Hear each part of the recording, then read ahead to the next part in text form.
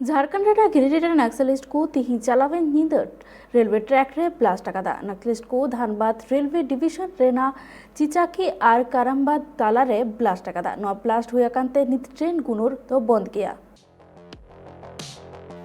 नक्सली कुरन मारांग अगुवन प्रशांत बोस और आजीरा सिला मार्डी अरेस्ट के दितायम नक्सली को 27 जनवरी मेन दो तिहिन झारखंड और बिहार बंद रे कथा को ले लिया।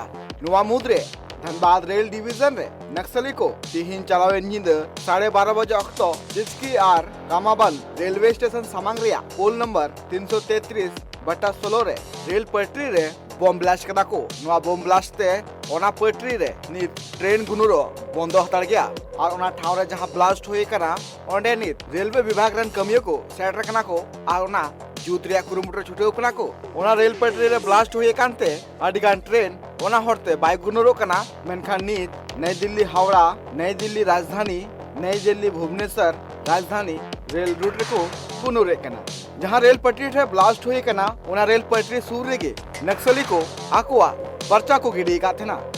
रांची को Surendra Soren report tribe TV.